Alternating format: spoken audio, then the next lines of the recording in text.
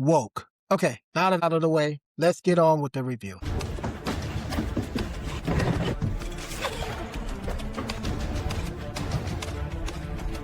Welcome to the Mancave.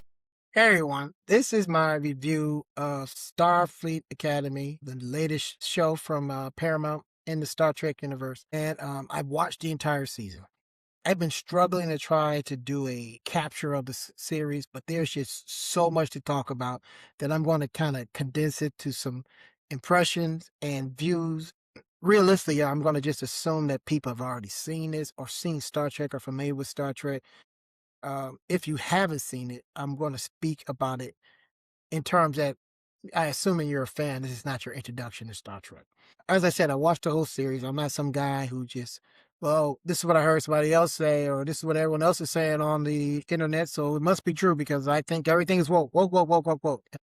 And I start off with this thing about woke because, people are throwing that word around, and what does it mean? I don't know. But everyone else is saying woke, so it's woke. And I'm not with that. You know, I think, and I've said this before, and I'll say it again until someone who's always yelling woke gives a legitimate definition. I think woke is non-white, non-straight, non-male. And if you hit any of those markers or all three of them, then you're woke. And I'm not with that. That doesn't make any sense to me. There are other characters out there besides white, male, straight characters. You just got to get over it. And there are characters who fit that category, who aren't white, who aren't straight, who aren't male. I don't understand what the problem is. So what is the problem? Well, Star Trek, and I'm going to read a little definition of it that I got off of Wikipedia. It's an American television series created for streaming service Paramount Plus. It's the 12th Star Trek series and part of executive producers Alan Kirkman's expanded Star Trek universe. It is set in the 32nd century, the far future time period that was introduced in the later series of Star Trek Discovery. Star Trek Academy follows the first new class of Star Trek cadets in over a century as they come to age and train to be officers. Okay, and the first thing is that last sentence is totally not true. Within the framework of the show, I mean, we're introduced to this thing as Starfleet Academy is coming back to Earth, back to San Francisco where it's been for years. There's an adventure on the way, and when they get to Earth, they land and they're looking around. They're so happy to be at Earth. And immediately it's like, why are these cadets, most of whom are not humans or from Earth, so excited about being back to Earth? Because within the fiction, within what they said, there's this a bit called the burn. And if you don't know what the burn is, it's because you haven't watched Star Trek Discovery. And I got a problem with that. If you're telling me to watch this show, you got to watch that show. And Star Wars did that with the Clone Wars. You didn't watch the Clone Wars, so you don't know. No, I didn't watch the Clone Wars. I'm not going to watch 4 or 5 seasons of it just so I can have a question answer. This is something that if you're bringing this product to me, I want to complete it. You don't buy a car and say, you got to get the keys somewhere else. I want everything. So they should explain what the burn was, because that would explain what happened to Starfleet Academy, what happened to Earth, why is it so important that they're coming back here, or even if it is important, and they don't do any of that. That's a hard pill to swallow right off the bat. But we come to this environment, and by the end of the first episode, we are introduced to Starfleet Academy. Okay, let me hold on a second. Put my military cap on. Okay, this is not an academy. Yeah. Cards on the table. I did not go to the academy. I went to Michigan State, got my commission through ROTC. But I've been to the academy. I know people who graduated from the academy, from different academies, and this ain't it. And the reason why I say that is that if you're going to call it Starfleet Academy, be an academy. This is the university. They're doing things like a real world academy, and this goes across the board. It's rigorous. It's hard. And, every moment, especially as a freshman, it's accounted for because, quite frankly, objective is to see if you can hack it. And if you can't, there's the door. And this is painfully missing from this show. I mean, these guys just got free roam. They walk around wherever they want to. There's nothing like any kind of military discipline. They show it in the second episode where there's like this training environment, and that's it. They talk any way they want to instructors. They come and go as they please. They wear their uniforms any way they want to. They're having sex in the dorm. I mean, that would get you kicked out. But these are things that, a modern audience wants to see, but that's not what an academy is. They're just breaking all these kind of rules. One of the questions I have is, why is the War College there? Now, this War College apparently was introduced in this show, the second season. Like, oh, there's the War College. Who are they? And apparently, Starfleet, in the intervening years between the 24th century and the second century, is Starfleet's becoming more militarized. So we got this school called the War College. So did the War College take the Academy's place, or are they going to be working side by side because they're on the same campus? Are there going to be a potential starship in the future with War College graduates and Academy graduates on the show at the same time? I mean, how's that going to work out? So, they just kind of throw a lot of stuff at you. Let me get back to fan mode. They just throw a lot of stuff at you and just tell you, like, hang on. Now, some of that's because it's the first season. And, they're still figuring it out. And that's very apparent in the first 2 or 3 episodes. Like, okay, I see what's going on here. There's a lot of things they're trying to do.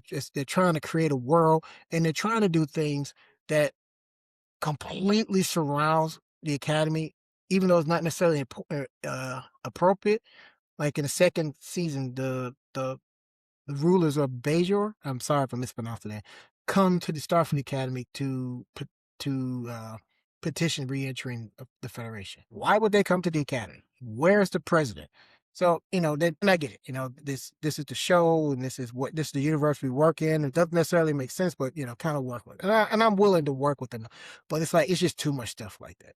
There's absolutely no world building.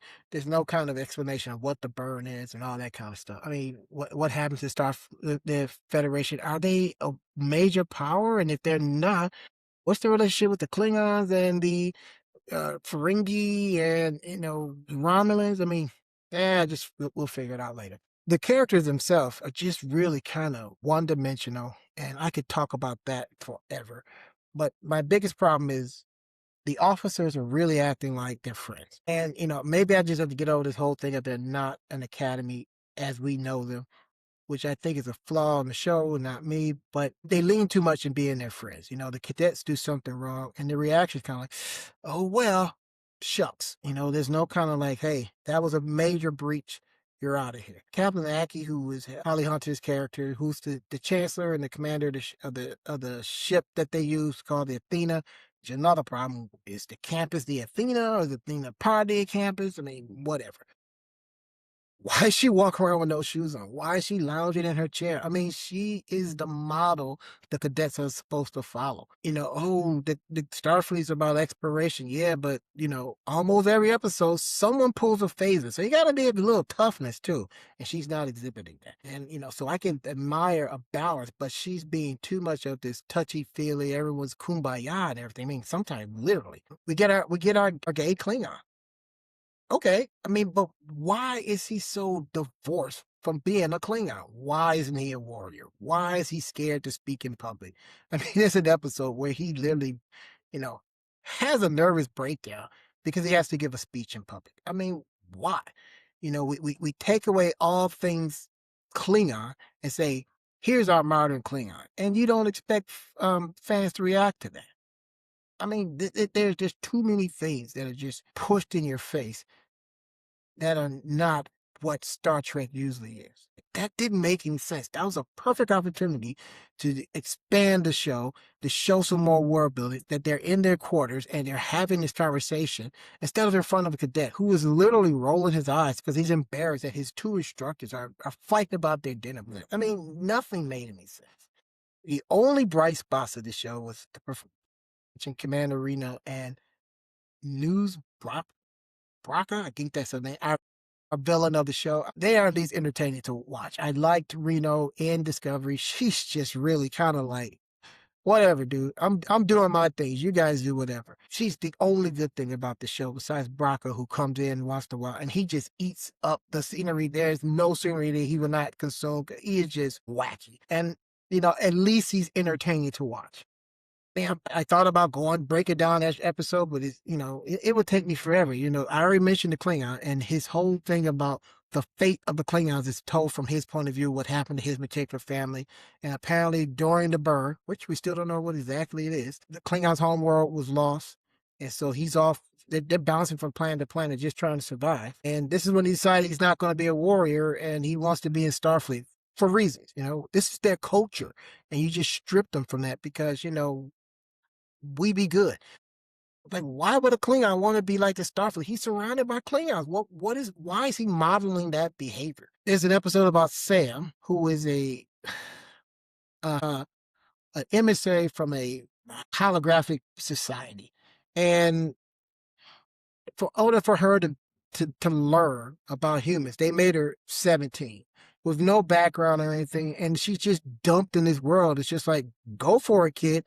And she's demonstrated as having report to her superiors, and they're like, well, why haven't you figured out everything about humanity? Really? You made her literally 17 years old, and you give her like not even a whole semester at Starfleet to figure out humanity. I mean, humanity hasn't figured out humanity. How is she supposed to do this? I mean, it's just, I can go on and on and on. They do so many things that are just in your face as to, it doesn't make sense. They go to a battleground. They fly their ship, the Athena, and they go to this battleground for cadet training. They went to where soldiers and Starfleet officers died in combat, and they're going to use that as their training ground. I mean, fine, maybe that's just me as a former military person thinking that's extremely disrespectful. It's like going to the Arizona and having exercises there. I mean, why would you do that? But they do that. And while they're there, they get into an actual battle. And instead of taking the cadets out of that environment, okay, cadets, go to the emergency shelters, they're on the bridge running it. Is there nobody in charge of this thing? I mean, this show is really, really, really hard to get behind. The only small bright spot was episodes 9 and 10. And even that was just terrible. The whole show, our main character, Caleb, he joins Starfleet for the sole purpose of finding his mother. And they find his mother. At the meantime, where this is another enemy they're having this conflict with. And he runs off to find his mother. And in the course of that, something horrible happens. Like I said, I don't want to break down every episode by episode. I just want to reach themes. And it just seems like everything is based upon people's feelings. I know everybody in Star Trek had reactions to people in different relationships, but there was never really any sense of mission in any of these shows. Now, episode 10, the one I just saw today, is probably the best one because Commander Reno stepped up and she put her big boy pants on and she became the captain that we needed. If she was in charge and if she was, that kind of attitude throughout the show, this show will be at least 10 times better. She just took charge. And I say that because they were in a horrible situation. The ship is ransacked, but there's nobody on the ship except these like 5 or 6 cadets and the doctor and her. And it's just a life and death situation. And she's like, I can't hold your hands, kids. Either you keep up or fall behind. If you fall behind, you're dying. You make the choice. And she said something to that effect. And it was like, finally, someone has become a Starfleet officer in this show. And I think that's probably the main problem with this show. So what I'm going to call classic Trek, and I'm not doing this real fan thing because I'm not even going to do this thing as much as I don't like this show. It's Star Trek. And if you don't like it, it's something that you have to deal with, but it's Star Trek. Paramount owns it. They put the Star Trek label on it. I don't think they should, but they did. So you just got to deal with it. But I think the difference between classic Trek, and I'm saying classic Trek is anything before 2009 or, the J.J. Abrams movies.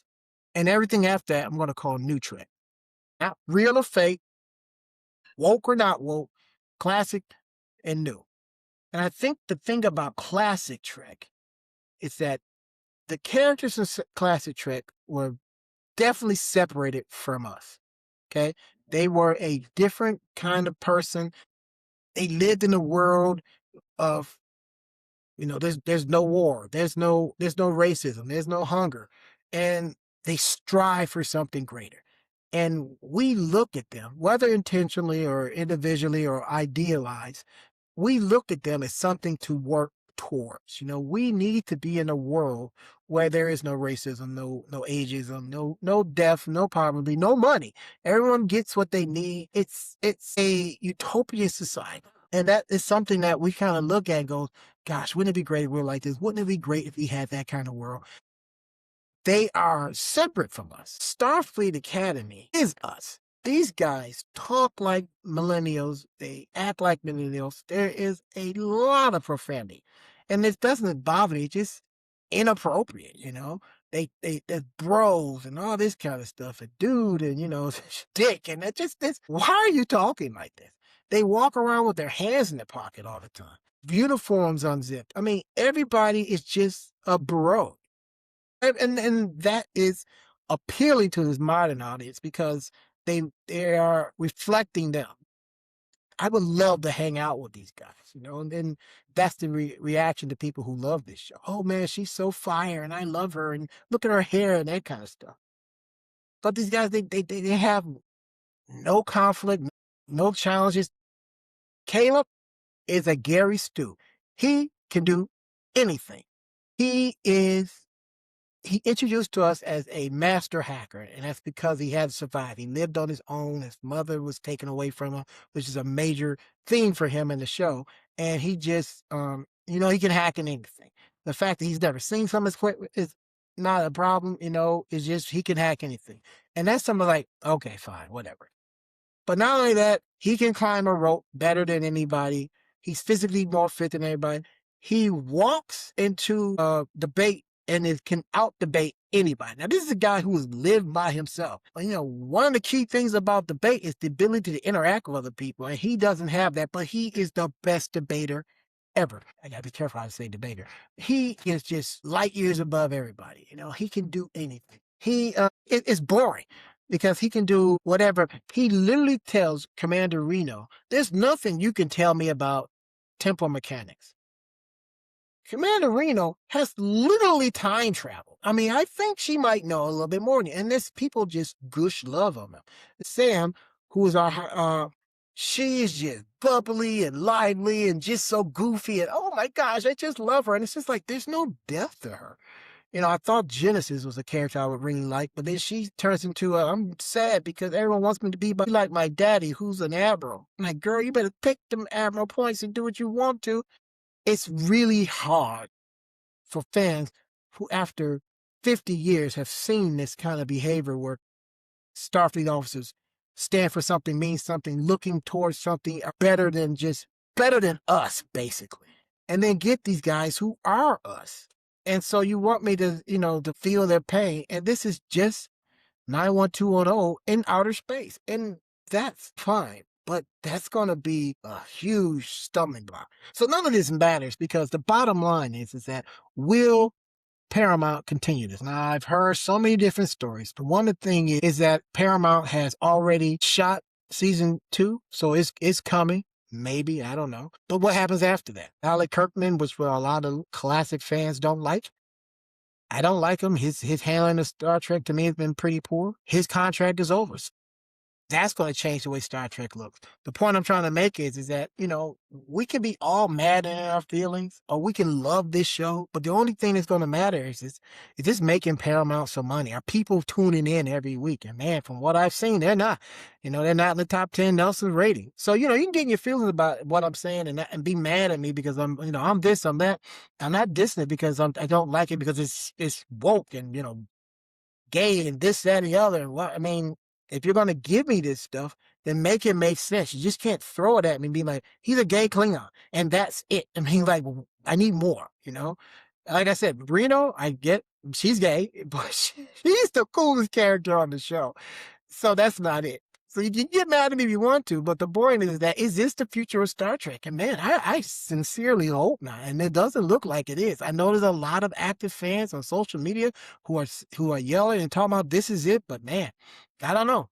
It's going to take people tuning in every week. And if next season, episode 1 of season 2 comes out and doesn't just knock it out the park, it probably won't be in season 3. And I don't care because this show is awful. But what do you guys think?